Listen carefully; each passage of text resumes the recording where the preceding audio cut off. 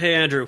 Yes, Ryan. Who would win in a fight, Goku or Captain Picard? I think most people would take Goku. But what they don't realize is that in episode 87 of TNG, Captain Picard actually used the Picard maneuver to...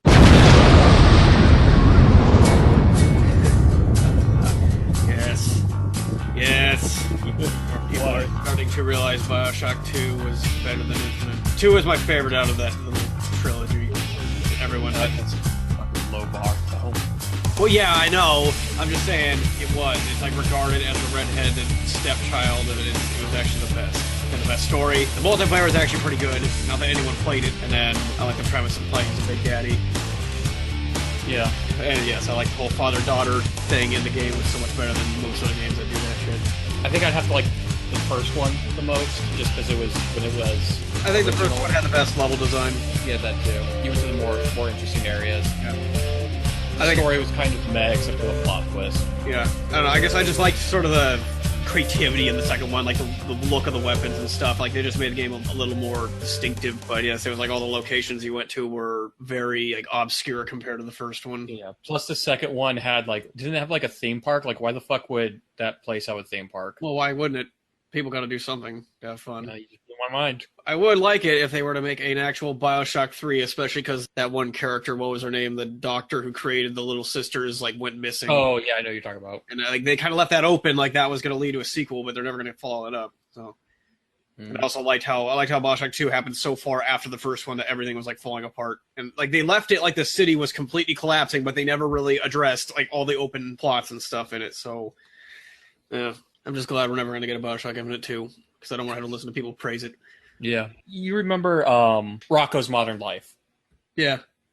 There's this one episode where his neighbor puts Rocco and Heifer in charge of making a TV show.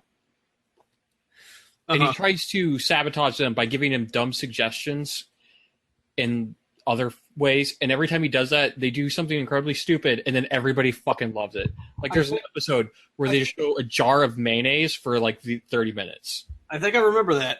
And then there's another episode while they're developing the film, he, like, shines a bright light in the room, so it becomes nothing but, like, their episode's black, and everybody still fucking loves it.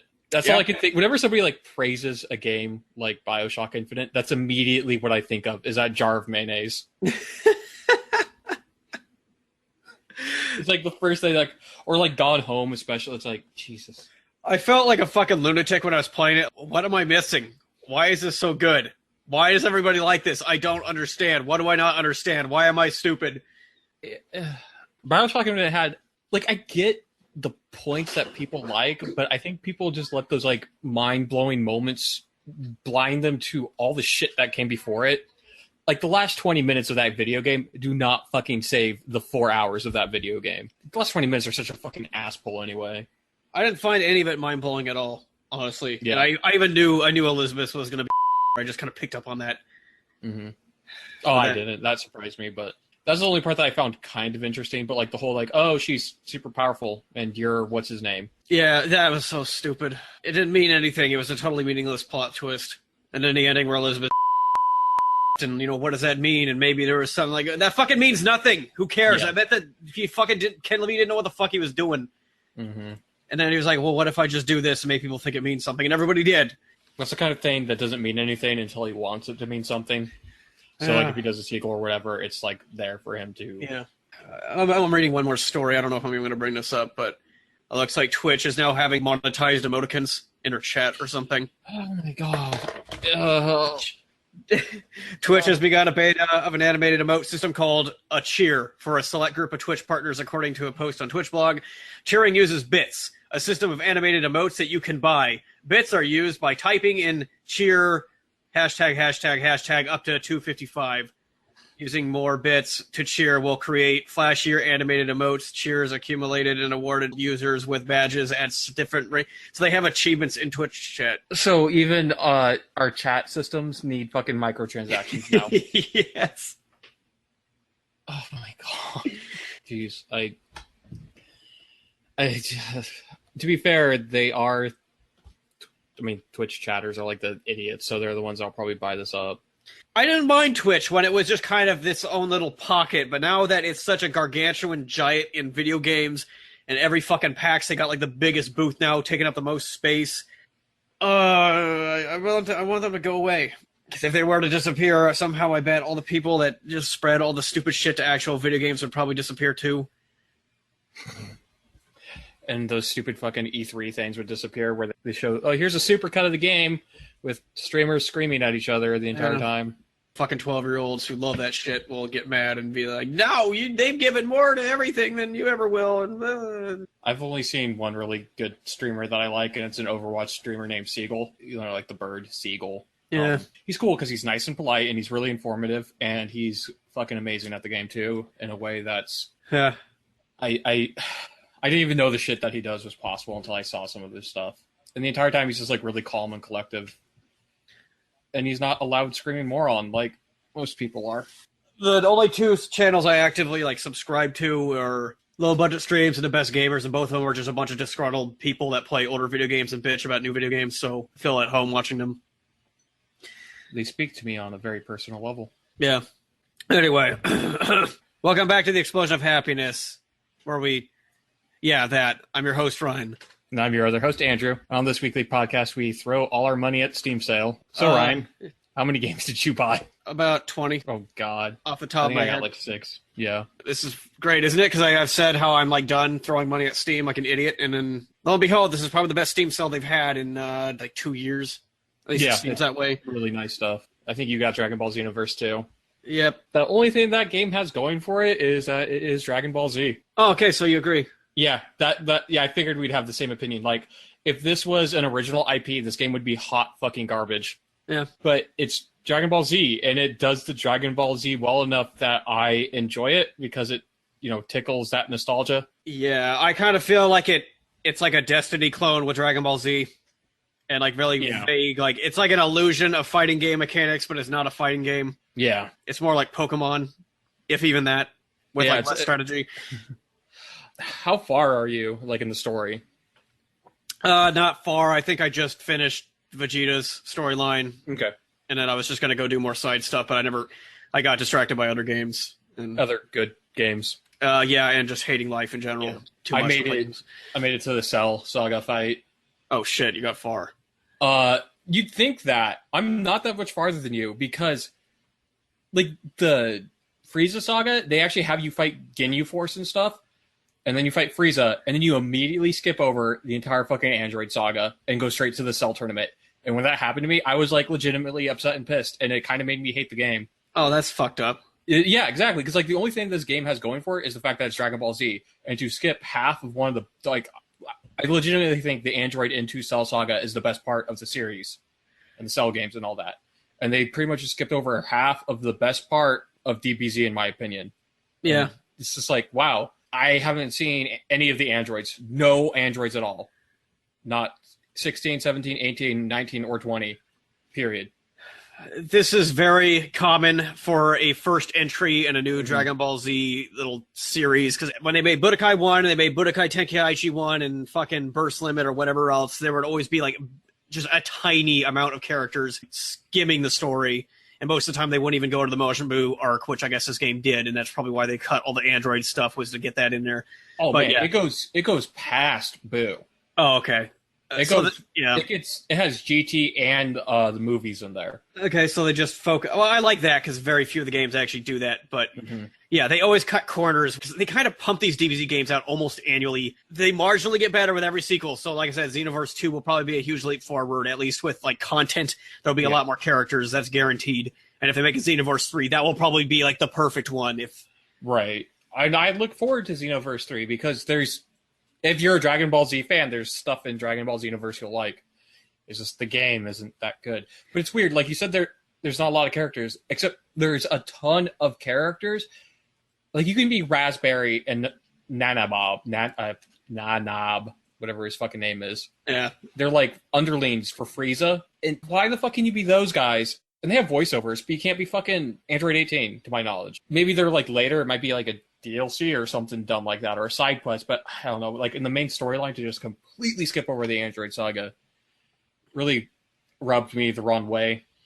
On top of that, I made a Saiyan because why wouldn't you be a Saiyan? Because Super Saiyan That's Dragon Ball Z. Well, you don't become a Saiyan because you can be a boo girl and oogle at your boo girl while you're playing and name them after your wife and make it funny. Have you seen my character? No, I haven't. Just send you a photo. I made it look exactly like my wife, except it's a Majin character. Hilarious. Gave her like little dot eyes, so it looks just like her. So I made a Saiyan character because I want to go Super Saiyan. That's kind of a big draw of Dragon Ball Z. And the way to go Super Saiyan is you have to farm one of those parallel missions where you help Frieza beat off. First, you have to fight, Kid Gohan and Piccolo. And you got to fight Vegeta. And then Krillin and Goku show up. And then you got to kill Krillin first. And then there's like a 50% chance that Goku will go Super Saiyan. If Goku doesn't go Super Saiyan, you can't get the drop. And then even if you beat Super Saiyan Goku, there's still not a 100% chance that you get the fucking Super Saiyan skill. And it takes like 4 minutes, I'd say, to do all of this. Even when he goes Super Saiyan, there's no guarantee that you'll win because Super Saiyan Goku is kind of fucking hard unless you like grind a shit ton at that point. But I really wanted it because that was like the main draw. So I think I spent like an hour and a half farming the same fucking mission over and over again, listening to the same goddamn lines every single fucking time. Is that the only way you can get it? You could also beat all of up to the cell. Like you could start the Buu Saga, I think. When you get to the Buu Saga, you can go and then just buy it with Zenny. But foolishly, I'm like, why the fuck would I want to go through the Android Saga and not go Super Saiyan? Vegeta can go Super Saiyan. I want to go Super Saiyan. Yeah, that's pretty lame. That was my logic. So I farmed it up, and then I activated it for the first time. And this was just as disappointing as when I found out you completely skip over the Android Saga. Your hair stays the same. You don't get crazy hair. What? Yeah, I assumed that every hairstyle that the Saiyans could get would have a secondary hairstyle or a third hairstyle for the Super Saiyan forms. So everybody, like, I picked Yamcha hair, so I have, like, the biggest mane of hair on my Saiyan, because I assumed that entire fucking mane would turn into a giant, fucking golden Saiyan hairpiece, and it doesn't. My hair just turns gold. Not only does my hair just turn gold, like all of me turns gold. I have this weird gold shine. Like Goku goes Super Saiyan, Vegeta goes Super Saiyan, Gohan goes Super Saiyan, Trunks goes Super Saiyan. It looks right. It looks like how it's supposed to look. Your character goes Super Saiyan, it looks shitty. You turn super shiny, your hair doesn't go crazy, it doesn't start flying up in the air. Your hair is like a really weird shade of gold, and like your entire body has like this gold glow to it. Wow, I'm really glad I didn't go Saiyan though. Yeah, so that was like the second thing about this game that really like, why couldn't everybody have their own fucking hairstyle?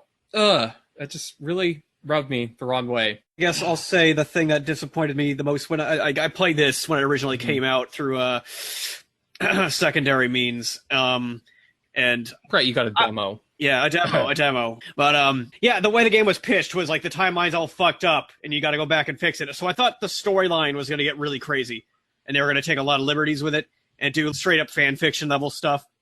But it was basically just the same stuff, except the bad guys were like more powerful. Yeah, you would help them, and that really disappointed me. They remixed it a little bit, but not too much. Like there's a part where Hercule becomes super strong, and he can start using ki and fly around and stuff, and you have to beat Hercule up. Okay, yeah. And you do that instead of the fucking Android Saga. There's been a couple other DBZ games in the past where they've tried to shake up the storyline. I think Budokai Another Road or something on the PlayStation Portable. It's like every time they try to do something different other than like the regular sagas in the story, they're not imaginative enough to get crazy with it. They still just try to go through the same fucking motions. Yeah. As everything, and it really fucking disappoints me. I want them to just go somewhere brand new with it. They were pitching up Xenoverse like Akira Toriyama's actually writing a story for it, and I was like, oh wow, it's going to be like a fucking DBZ movie in its own realm, and then it wasn't. And yeah, if they could do what we want Xenoverse to be with Xenoverse 2, it could be fucking amazing. And like I said, the trailer they showed of Xenoverse 2 at E3 just looked like more of this. And if it still has the grindy MMORPG bullshit, why do we need that? I went through the same process again because you can pick a mentor so you can learn their special moves. I picked Vegeta because who doesn't want to do Final Flash and Gallic Gun? That shit's cool. And then one of the missions was I had to farm a specific item again. And just like the first, farming the Super Saiyan skill, I more or less had to do the same thing where I have to beat all of these guys and then all of these guys and then finish off Vegeta with an ultimate move. And for a random chance that Raditz and the bald one. Nappa. Thank you. For a fucking random chance that Raditz and Nappa will show back up. For another fucking random chance that Vegeta will show back up again. For another fucking random chance that the item I want will drop. And it's just like, I don't need that in a fucking Dragon Ball Z game. I just want to play Dragon Ball Z. I want to feel like I'm in the anime and have a good time. And when I'm actually just fighting and doing the stuff, it kind of feels that way a little bit, and I like that. That's what makes the game appealing. The combat is fairly lackluster, and once you know how to exploit it, it's pretty exploitable. Yeah, the combat in this game is so fucking simple compared to even other Dragon Ball Z games before it, which were at least fighting games. Yet, at least initially, the controls are so convoluted and a pain in the ass to get used to. I've played so many DBZ games, and this is the only one where I'm actively having to stop and remind myself how to do everything. They tried to like get rid of all the combos and all the tricky button combinations and control stick movements from doing Kamehameha waves and Budokai and stuff, but in another way, they just made it even more complicated by just trying to make everything a single button press. And I just hate the way it feels when you're playing it. You hold this button and then push this button to do a throw, and it's like, I hate it. Yes, the layout for the buttons is a hot mess. I'm constantly hitting the wrong shit, especially when you're like in town and you have a separate control scheme for when you're in town. And it's like, okay, what button brings up the map again? And instead I bring up like the emote list, and I'm like, no, I don't want to do this shit. Are you still screwing things up as far as you are into the game?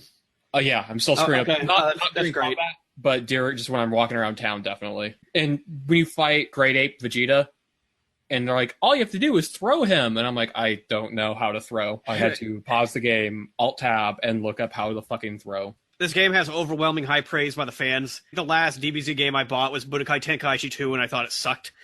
And people were saying Tenkaichi 3 was really good. And that game had like fucking whatever, like 200 characters in it or something. And it was like the ultimate DBZ game. But I didn't care about it because it was Tenkaichi, and I just didn't like that fighting style that they went with, where it's like 3D behind the shoulder, whatever. I like the Budokai games and the fighting games before that even. I just hate the current DBZ games with like a free flight and stuff. It just makes really shitty, simplistic fighting combat. But this one got praised so much, they're going to probably keep doing it. And it's actually by the same developers who made the Budokai games, because I guess it goes to different developers within Bandai Namco. These guys, Dimps, they made the Budokai games, and I was like, really? Could you guys like do that instead? I don't know. I think I should probably buy that 3DS fighting game, because I heard that was really good, and that sounds like it was the kind of game I wanted. It just didn't have online play, but I don't think that would have a big community anyway, so whatever. As for Xenoverse, I really don't see myself... Like, if we play together, I might play it more, just to see what the multiplayer's like, to see what your character looks like. Yeah. But other than that, I don't think I'm going to play it. I'm not sad that I spent it, because the time I spent playing it was really fun and nostalgic for me, and I'm like, I like Dragon Ball Z because I'm an idiot. Unless it's a massive improvement on a lot of levels, I really don't see myself getting Xenoverse 2. No, it's like I said, it might be worth it to just wait for 3. The only other game I've played since the Steam sale's gone up is Super Hot. It looked like you were playing a lot of that. Yeah, the number one complaint I've seen everywhere on the internet about Super Hot is 100% true. It's really short. I've played it for 5 hours, and I've had fun the entire 5 hours, but the uniqueness of it kind of, at least for me, kind of weared off around that point. I may play it a little bit more because the post-game stuff is pretty fun, but like the main storyline took me like 2 hours to beat. Did you see the expansion that they're adding? Oh, no, I didn't. It looks like they're going to try to add sort of this roguelike post-game thing with like randomly generated levels or something like that. So they're trying to fix the problem. And I just kind of skimmed it. I didn't look into the details, but it looked like they're trying to make, an infinitely replayable sort of thing. Especially if they add more weapons, because there's melee weapons and then there's 3 guns, and that's about it. I mean, it is really a unique experience. It is a first-person shooter. It's like half first-person shooter, half puzzle almost. When I was playing it, I'm like, this is just as much as like a badass simulator as it is a game. Yeah. After a while, when you can figure shit out, you do really cool, crazy stuff, and that's cool and it's fun, and that's the part that's enjoyable. And with that DLC you mentioned, it might fix the problem, but as it stands right now, if you're interested in it, totally buy it, but I would buy it on a very heavy sale. I would not buy this game for full price. The gist I always got from Super Hot was that it looks like they could have just licensed this game based off of the Matrix, and it would have been the perfect game. Yeah, more or less. It's really cool what you can do. There's you can get a katana, and you can actually like cut bullets with the katana, and it's somewhat useful. It saved my ass a few times, but when there was no prompt or anything in the game. Literally, I had the katana, and a bullet was coming at me, and I was just like, I wonder if I can cut this. And then you did. And then I felt amazing. And I was, oh god, this is so awesome. And like the level design is really good. I mean, the art style, of course, is super minimalist, but the level design's really good. It makes it for like really interesting moments. But overall, good buy, good fun, but maybe it's just a little too expensive until they add that DLC. Oh, and one more thing about it. It's funny that you said, oh, when we were talking about VR during E3, I think you mentioned that Super Hot looks like it was made for VR unintentionally. Yeah. That's 100% intentional. That's like the storyline for Super Hot, is that in that universe, you're somebody playing the game Super Hot in VR. Okay. So it was made to look, yeah, it has that. But as far as the storyline goes, it's not good. It's not bad. It's just kind of there. So, but I didn't really expect anything more from this game. It looked really bizarre to me, and I thought that aspect of it looked cool.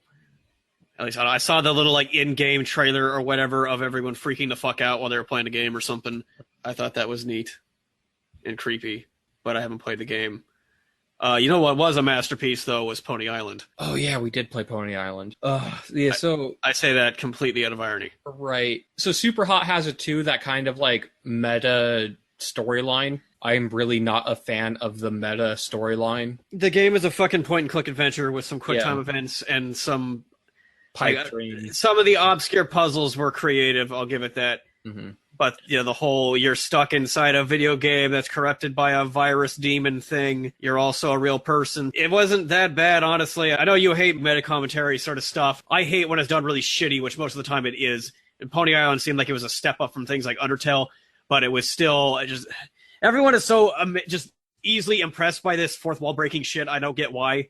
And I can't wait for it to just be a fad that people are tired of, because I'm already tired of it. I've been sick of it since the first time it happened to me. I don't even remember what the first game I had at the fourth wall breaking storyline, but it's not appealing. I don't think it's deep. I think it's shallow, easy, and uninspiring, and it's what you do when you can't think of anything better because you suck at writing. I think video games have like a unique opportunity to tell those kind of storylines, but they're just so gimmicky and simple, the way they're conveyed. Oh, you're a person stuck in this thing. The game is taking control of you or something. Like, it's always so fucking dumb. And I like how when we were playing Pony Island together, you're like, what happens if you hit Alt-Tab? And I was like, oh, we beat the game.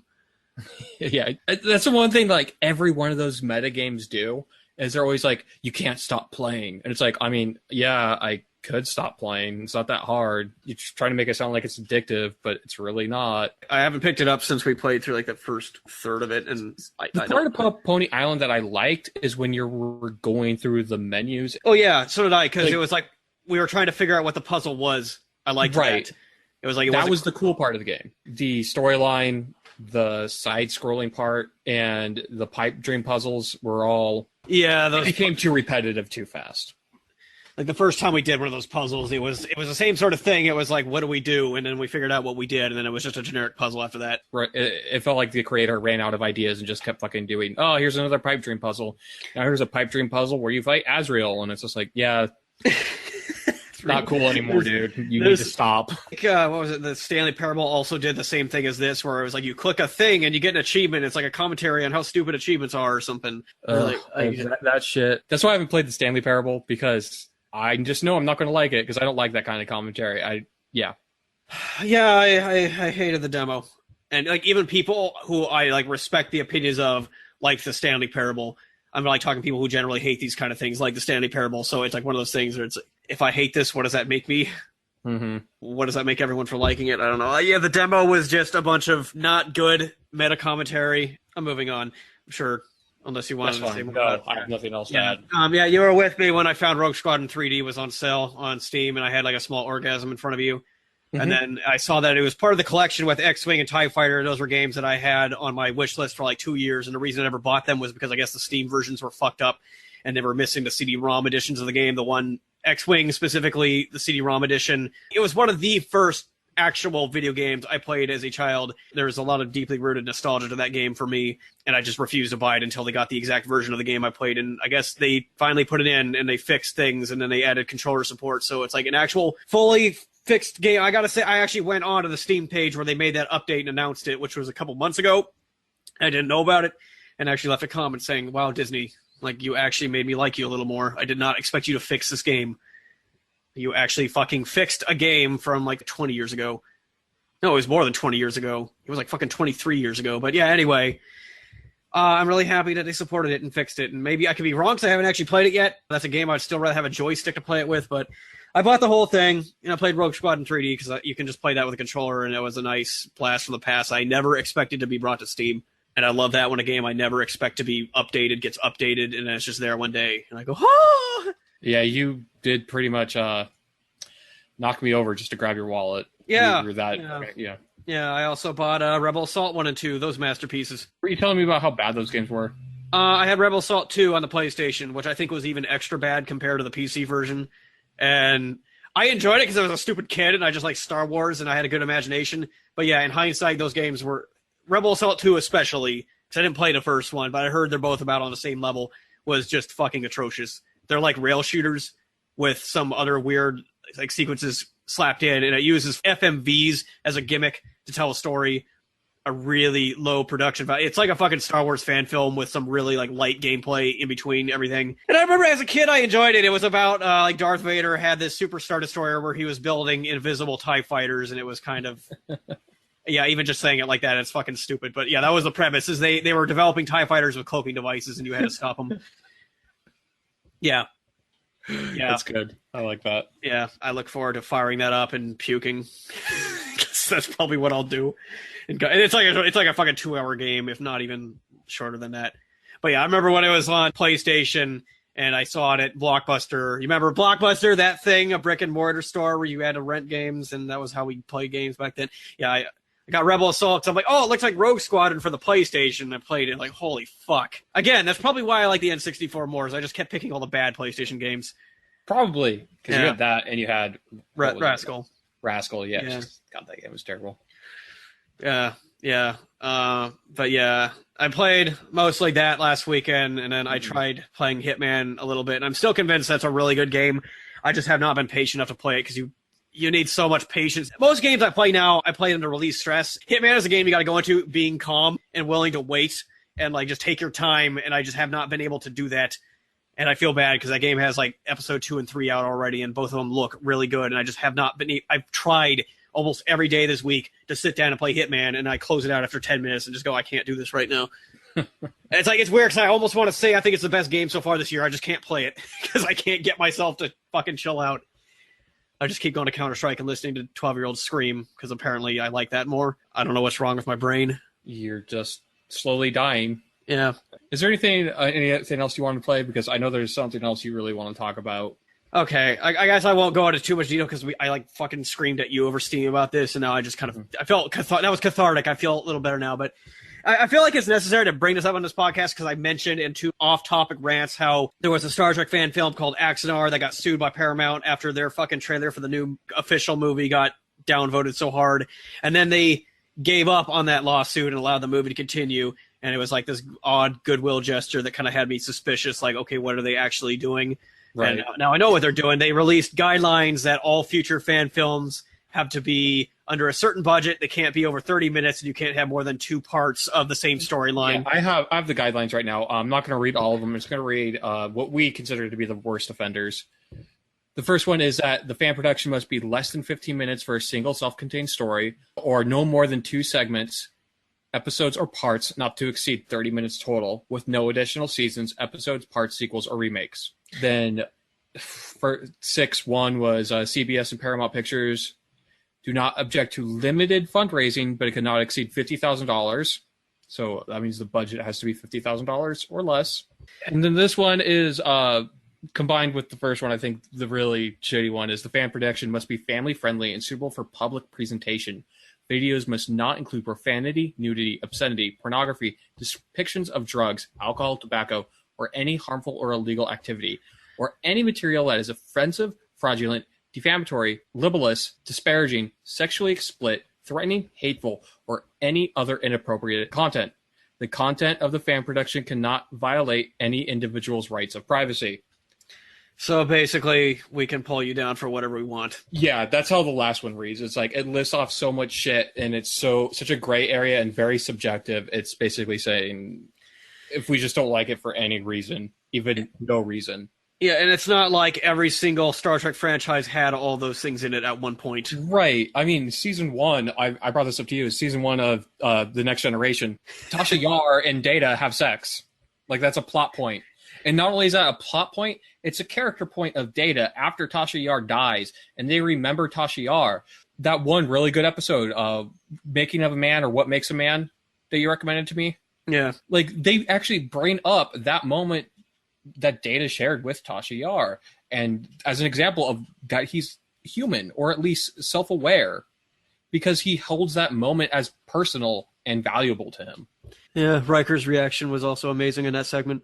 Yeah, it was. Yeah, but anyway, besides the point. Yeah, then there was also the rape gangs that Tasha Yar brings up in season 1. Oh, yeah. And stuff like that. And then Deep Space Nine is just fucking full of shit, like just rape, genocide, all that kind of stuff. Enterprise had drug abuse. And like every time they go into the holodeck, into the past specifically with like Sherlock Holmes, there's always somebody smoking a pipe. There's always tobacco use. Yeah. It really strikes me the same like sort of guidelines Disney had for Star Wars. You can't have drugs or tobacco, just all this stupid shit that fucking defangs any sense of reality from the franchise. Mm-hmm. But I'm more frustrated at Star Trek fans than I am at CBS right now, because the way they're taking this is, to me, almost like a very cuckolded reaction, which is, hey, we need to remember CBS owns this franchise, and if they think this is the best for it, we have to respect that, and we're using their IP when we make these projects, and we can't just, pretend like it's like, yeah, I get you're trying to be high and mighty and moral, like in the fucking similar fashion that the Star Trek franchise has always been about.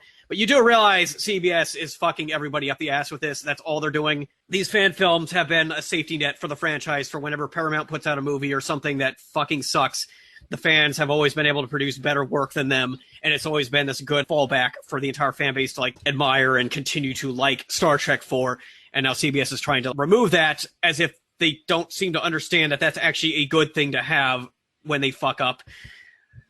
But other than that, just like I've seen, like people are just like, guys, don't post anything inflammatory about CBS and Paramount. Let's just be nice about this, and maybe we can get them to change their minds. Like, they're not gonna fucking change their minds, you idiots. They're gonna fuck this franchise into the ground with the way they're going it, and I would rather it go down fighting than just sitting by and watching it get fucked until there's no one left that cares, because that's kind of the way it's going. There were multiple series, like Star Trek Hidden Frontiers, Star Trek New Voyages continues with like ongoing story arcs, long like series that have been going on for years. Star Trek Hidden Frontier specifically is a bunch of fucking people with a green screen with really horrible acting and really horrible production value.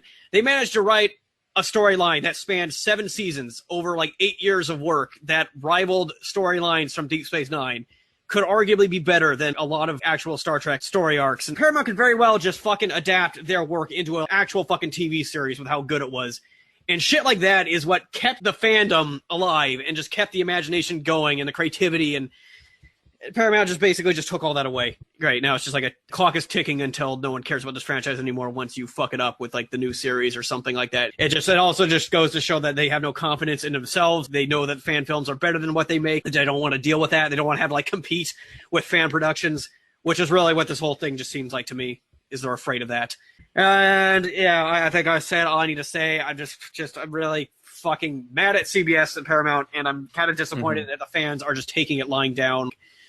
Just people are like bringing up the fact, like, that they own this IP, right, and that they're giving us permission. We should be happy that they're letting us still make 30-minute productions at all. It's like, yeah, you're right. It could be worse, but fuck fighting to make it better, right? Let's just take it the way it is and sit our asses and just let everything get ruined.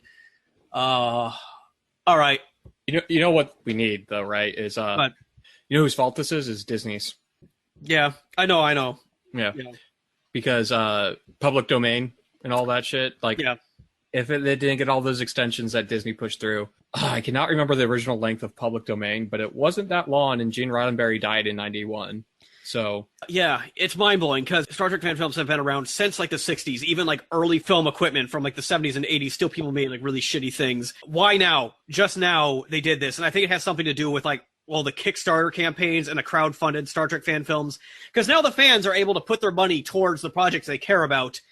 And that's, I think, what CBS and Paramount are seeing, is they know that fans are likely to go somewhere else and stop paying for their fucking films and series, and they might put their money towards actual good ones, and they don't want that. It is fucked up, because it's like, it's still publicity for the IP you own, and it's still your fans. And I'm just really upset. Like, there are people actually like accusing that film Axanar for causing this whole thing. A lot of people actually are like blaming them and are like talking about like how CBS is actually the victim. He's like, it's that guy's fault for doing a Kickstarter. Like before that, it was just that people would just do it out of their garages for free. And then that guy had to start raising money. And people were mad because I guess he wasn't giving out refunds when they got the lawsuit. A lot of people were demanding refunds. They thought their money was just going to go up in smoke. But the thing is that you idiots fucking donated to that already. You do not understand how crowdfunding campaigns work. They probably already spent the money you donated. They can't just give it back to you. But like, there's this conception that it was like, no, the guy was just being an asshole and not giving out refunds. It's his fault. This whole thing was caused. He ruined everything. It's like, he's not the enemy, you dipshit. He's a fan. And fans donated to what he was doing because they wanted to see what he was doing. It's CBS's fucking fault. CBS is the enemy, not the fans, you dumb fucks. Fuck you. That's where I'll leave it. That's good. Yeah. So, yeah, I guess on the subject of Star Trek, I saw Rihanna's got a single in the new Star Trek Beyond. So, the more I hear about that movie, the more excited I am for it. Hopefully the CBS series it's going to be terrible, but hopefully it's good. Like even that fans are like, I don't understand. Like I always thought highly of other like Trekkers, whatever the fuck.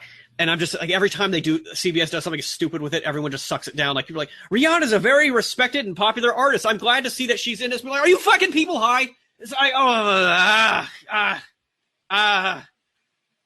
Yes, because she's very science fiction. I should be drunk right now, and I'm not. That's how fucking bad. It's okay, right, Ryan? It's okay. Yeah. It's okay. So we had another piece of news, I think. I guess. You want to talk about it? Anyway, Oculus is apparently retracting DRM from their future games on their store. And what I found funny about this is when I first read the news lines, I thought, oh, maybe they're just seeing the light of day. Like they're realizing this is good for... No, it's because the person who originally made it so you could run Oculus Rift store exclusive games on the Vive, he made it so you could pretty much pirate the games super easily. So they were starting to see a monetary loss. That's why they changed their opinion. Yeah. Not for the good of the system or anything, but just because it was costing them money. Anyone with a brain should be able to understand that. Yeah. What I was thinking when they first started doing the DR, I'm like, are they fucking stupid? Like, this is going to get broken and they're just going to lose money and they're going to piss people off even more. And that's what happened. And that's why they're retracting it. I didn't read the official statement. I just read the headlines about what was happening, but I'm guessing they probably did the same thing as Microsoft. Microsoft's in bed with Oculus and Facebook. Yeah. So this is a very Microsoft thing to do. And even though it wasn't Microsoft, it's like in the same vein of the kind of stupid shit they do. Like, we listen to our audience and we want to make them happy because they're above everything else in our minds. Totally, not just because we fucked up. Yeah. But yeah. Especially right now in the infancy of, VR headsets, you'd think that having store exclusives, hardware exclusives would be fucking dumb. And I get the feeling that as soon as they can put another DRM back on it and not get fucked, like in the Generation 2 model, that's exactly what's going to happen. Beyond that, God, there was one game specifically, I don't remember the title of it, but you could probably just Google entitlement check. You'd find there was a fucking game that would try to lock you out from using an HTC Vive, and it would flash entitlement check on the screen, directly calling you entitled for trying to play the game. What? Yeah. Sniveling, snobby, retarded attitudes like that. I'm so glad that most people hate the Oculus. I didn't bring this up before because we kind of moved on, but yeah, Superhot is getting shit tons of negative reviews because they made their VR mode exclusive to the Oculus. And that sucks for that game because I'm sure the VR mode in that game is going to be amazing, but people hate the Oculus so much that they're just fucking writing shit reviews on games that support it only. The Oculus is basically the Xbox One of VR sets now, which is sad because the Oculus was what started everything. And then they had to sign up with Facebook, and then Microsoft had to get in bed with them, and now it's just a cesspool of stupid business practices. I cannot believe a game would actually flash entitlement check because you didn't have the headset that they want you to have. Yeah. That is so fucking ass backwards. Most of the developers, the way they're saying is, we don't want to do this, but Oculus is making us do it. Reluctantly going along with Oculus, and they knew that their games were getting slammed for it, and they are getting hate mail from their fans, and it was upsetting everyone involved. The developers were getting screwed by this too. It was fucking Oculus's fault, or I guess it was Facebook's fault, not the fucking developers who were going along with it. But then there was examples of that one where, I gotta look up the name now that I'm fucking calling it out. Lucky's Tale. Lucky's Tale? I think so, yeah. Yeah, Lucky's Tale. Failed entitlement check. Yeah, fuck you. I hope that game fails. I hope all games by developers like that fail. You remember when video games on the credits, it would say, and thank you for playing this game? Yeah. What happened to that? Entitlement. I wish I had enough of a soul left to cry.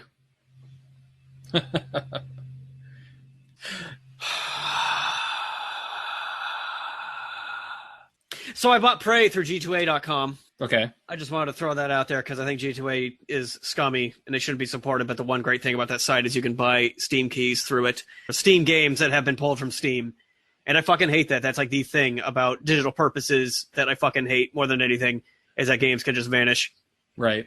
A big reason why they vanish, for example, is music licenses run out pretty quick. And as soon as they're done, they get pulled. That's why like James Bond games got pulled. Yep. That's why in the future, not Grand Theft Auto, but that other series. Like that is the one fucking thing about these key reselling sites that is good is that you can find lost games because people will always just have keys saved up and they can just put them on there. And, you know, it's a limited quantity out there. Eventually all those keys will eventually be taken up in theory, or they'll become extremely expensive, unlike used old cartridges that can always just go up on eBay unless somebody fucking shoves them up their ass and smashes it with a hammer. They'll always be out there and can be donated and stuff elsewhere. I really like that you can still find older keys to games that have been removed on these fucking sites, but that's like the only good thing about them. Everything else is just bad for the industry as a whole. But I don't regret buying it because I feel like that is actually a really good service that it offered.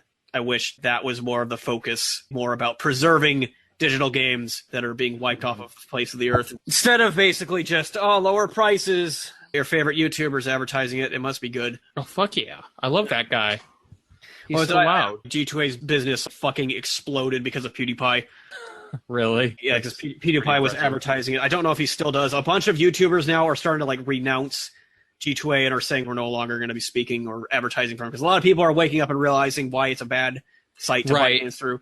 I think we went through the same phase where we're like, oh, G2A is a thing, but it wasn't until we started getting all the news stories about why it's a bad thing. Yeah. And then, it's like the things like the scam of pay extra for a return policy. And that does nothing from my understanding. Yeah. Like, they still won't let you. Because it looks to me like if you buy keys to that site now, certain developers are disabling those keys even if you activate them. I saw like Devolver Digital tweet out and they said that these are not official, legitimate copies of the game. We are disabling these keys that are going up on these sites. Honestly, I think it's a good call. It sucks for those people that buy them off G2A, but that's how you stop G2A. Yeah. It's like walking a fine line. It's like, I know it's bad for developers I like. I want developers I like to get supported. There's a lot of developers I don't like who I don't give a fuck about, and this is a good way to give them the finger. But then it's just like, but most people aren't doing it for that purpose. They're doing it just to get cheaper games. Right. All these like fucking tournaments, the Counter-Strike tournament I watched was flashing G2A advertisements. All these streamers advertising G2A, all these YouTubers flashing G2A. They're not fucking telling people what's fucked up about this site. They're just saying, go here, buy cheap games. And then people are doing that. It's just a lack of awareness all around on everybody's part. And that's what's fucked up.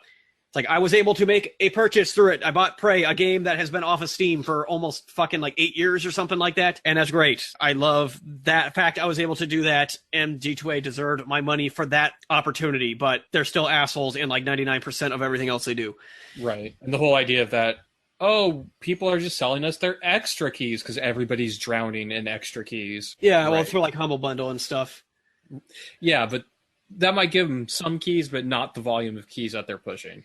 For me personally, if there's like a ridiculous deal on G2A, I would be very tempted by it. Like, I think the one that gets me is that when I first checked it, they had this like spend $2 and get a AAA title guaranteed, and just like the gambler in me was like, oh man, I kind of want to see what I'd get. Yeah, I did too. I didn't do it. I almost bought Squad through G2A because it was $10 cheaper, but then I thought, why would I do that? These are actually good developers making a good product, and I might as well just pay an extra $10 and actually support their asses, so I did that. Most people don't care enough to do that. What's the best deal for them? That's as simple as it gets, but I wish the people fucking advertising G2A would fuck off. They're the reasons shit is going bad. I'm going to shut up now because I'm starting to get rambly. I don't know why. I think we're good. Yeah, I don't know why Hey, if you've listened to this podcast or any of our podcasts, and if you listen to Ryan lose his shit, thank you. Hey, Ryan. Have you noticed I'm not even like mad anymore? I just kind of like... I just kind of very... The soul inside you is dying. Yeah, I'm like wired on coffee and caffeine right now, and I'm still like fatigued. That's how bad it is. At least it's Friday. Well, it's going to be soon. That's what I mean. We got one more day of work. We're going to go see an amazing movie tomorrow. Oh, God, I can't wait. Yeah, me neither. I don't know what I'm expecting, but I feel like I'm going to be happy no matter what. Yeah, usually movies like Independence Day only really piss me off when they just focus way too much on the bullshit. Right. I Like don't- Godzilla yeah. focusing way too much on the family. Yeah, Ronald Emmerich, he's very much about making shit go boom. So I think it'll be good. I just want to watch people die.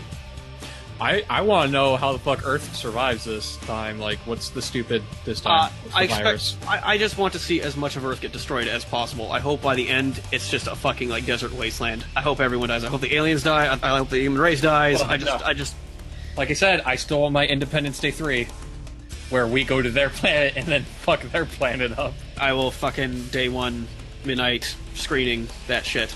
The world needs this movie right now. Yes. We need a big, loud, stupid movie where stupid shit happens and everything explodes and everybody dies. Except the dog. Yes, except the dog. You can find our podcast, The Explosion of Happiness, on explosionofhappiness.com. You can subscribe to it through the RSS feed via that website, or iTunes, or YouTube. Take your pick. We're all about options because we're great. Fuck yeah. Goodbye. Bye-bye.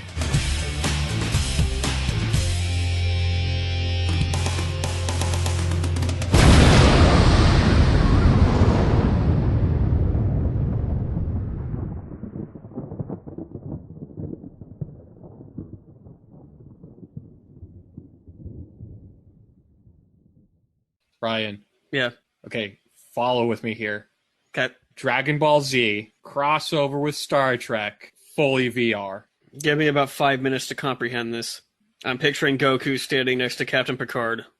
And then a Klingon ship shows up, and they're really pissed off about some misunderstanding. Goku just wants to fight him. Yeah, Picard's like, no, we have to, like, I'm just picturing Goku and Piccolo, like, oh, no, not like Goku. Just call Picard Piccolo. Piccolo. That's even better. Piccolo would make a badass captain. Him and Spock would get along so well. They both have pointed ears, too. They Or would both how have, about like, instead of just like Picard, it's the DBZ cast, but they fill the roles. yeah. So Goku is the head of security, so he has like Warp's position, Mhm. and then Picard is, Piccolo's the captain. Gohan is Chekhov. That's Star Trek, but you know what I mean. Yeah. So Gohan would be that annoying little shit that everybody hates. Yeah, Anyway. Wesley Crusher, and he would die horribly. Good. I love the idea of Goku and I almost called Picard Piccolo again. Goku and Picard arguing ethics, and then Goku just like flying through the viewing screen, and everyone getting sucked out into space while he goes and fights the Klingons. And then he turns around, he killed everyone. He's like, oh, oops, and then like scratches his head and does like a typical like slapstick DBZ thing. Yeah, I can picture that perfectly. He's like, guess we gotta gather the Dragon Balls again. Oh, I forgot. There's no atmosphere in space, but I can breathe in space because I'm a Saiyan. Wait, they can, right? No. Oh, what the fuck? No, they retconned that because fucking Bardock was like flying in space to Frieza or he had like some special fucking breathing power. Apparently, is what they like made up later. But then the thing is, like, fucking during the first movie, well, not the first movie, Battle of the Gods, doesn't Goku and they go Beerus fight in space? Yeah. And it's stupid because at the end of the Frieza saga, Frieza's like, I can breathe in space and you can't. It's something that they're never consistent with. I know, but arguing consistency with Dragon Ball Z is probably the dumbest fucking thing we could ever. There's another really dumb moment too, where it's like Goku and Vegeta, when they're Super Saiyan God, are like incredibly strong, and then Vegeta's fighting this opponent that he can't pick up, and then he's like, "Oh yeah, he weighs 1,000 tons." It's like, why would you put I'm pretty sure he's done stuff where he could pick up like 1,000 tons worth of shit before. Yes, they pick up like fucking mountains and throw them at each other. I know. It's like, how much does a mountain weigh? 1,000 tons. I would think. Yeah. I mean, I'm no scientist. I think it'd be really funny if we had listeners and someone responded like, "You fucking idiots! Don't even know what you're talking about!" Like, I fucking episode 72 of Dragon Ball Z. Yeah. Out of like all the fucking internet arguments, I think the most like amusing ones are Dragon Ball arguments where people are like arguing about power levels and who would beat who and. A certain internet business people that do YouTube videos, they have a series of Goku versus Superman. Yeah. That went in Superman's favor. the debates and those comments about how Goku would actually beat up Superman and all this shit is I've seen people like really fucking break it down about how Goku could kill Superman. Like, it's insane the amount of time and effort people put into this. Goku would totally kill Superman, by the way. Yeah, no shit. But whenever someone's like, "Would this superhero beat this superhero?" I just immediately check out and say, "I don't give a fuck." I will actively try to douse out that conversation from happening because I hate it so much. Mm-hmm. It is such a circular conversation where people just hypothesize different situations where the other character would beat the other character, and I don't give a fuck about anything. All it matters is it totally depends on the writer. That's how fictional universes work. They can't bring this character back. He's dead. It's a fictional universe.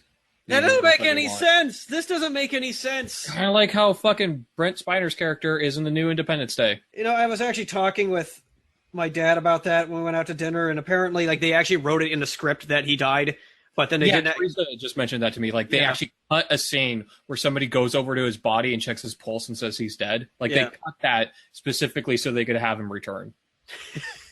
So, yeah. I think it'd be funny if he actually was dead and they just revitalized him somehow. Because whatever the alien did to him, like, made him immortal. Yeah, or, like, android technology. Yeah. Something. I hope they explain it and they don't just hand-wave it. Yes. But they'll probably hand-wave it because it's probably going to be a shitty movie. But I hope he has a bigger role in this movie than the last, because I'm looking forward to seeing him on the screen again. Hey, Andrew. Yes, Ryan. Who would win in a fight? Captain Kirk or Goku? See, most people would say Goku would win the fight. What they don't know about Captain Kirk is he's able to seduce aliens. They wouldn't even fight, because Captain Kirk would make sweet, sweet love to Goku. I'm glad you knew exactly where I was going with that. Captain Kirk is, like, the biggest beast in all fictional here. Like, if he was in fucking Star Trek Voyager, he would have just flown out into space and started having sex with a ship. And then it would have just, like, fucking, like, gone through a vortex back into... And yet he died by a bridge. Oh, God, because of a fucking writer. You know, Star Trek Generations is one of the most internally and emotionally mixed up movies I've ever seen, because there were two lead writers on it. I think it was Brendan Braga or Rick Berman. I can't remember. One of them was, like, the writer who put, like, all the shitty stuff in that movie, and then there was Ronald Moore, who did Deep Space Nine and Battlestar Galactica, who put all the good things in that movie. So it's like this mixed bag of really good writing and really shit writing, and it just kind of, like, combines. It's the perfect example of Star Trek, though, because that's what seems to be the ongoing theme of Star Trek, is it's either really good or it's really bad. Yeah, or it's just very fucking, like, passable, mundane once it gets to, like, Star Trek Voyager. But yeah, it's like Generations, all the fucking scientific shit was just retarded, and, like, the fucking Enterprise being destroyed by a bird of prey, just all this retarded shit was because of the bad writer's fault. And then Ronald Moore was the one who actually, like, conceived all the actual interesting stuff, the whole idea of, like, time running out and Picard facing his mortality and stuff, and when he actually meets Kirk and Kirk telling him, like, no, you just gotta do what you gotta do. And, like, that part of the movie is fucking amazing. But then they had to fuck it all up with a fucking bridge falling on Kirk. Because, fuck. You know, that was actually, like a secondary thing they filmed, like, the original way. Like, there's an actual deleted scene. You can look it up. The way Kirk was originally going to die was he was going to get shot in the back. Okay, that's more mundane, but it's better. No, I don't think it is. Because really? he saves the day and then he just gets shot in the back. But, like, the way he did it in the movie was he went for the fucking control pad to stop the rocket from taking off, and he knew that he was going to die doing it. And there was, like, this moment of him, like, facing his death. And that part was kind of good. Yeah. Like, what they were going for was extremely respectable, but then, like, the execution of it, like, oh, you just killed Kirk because fuck it.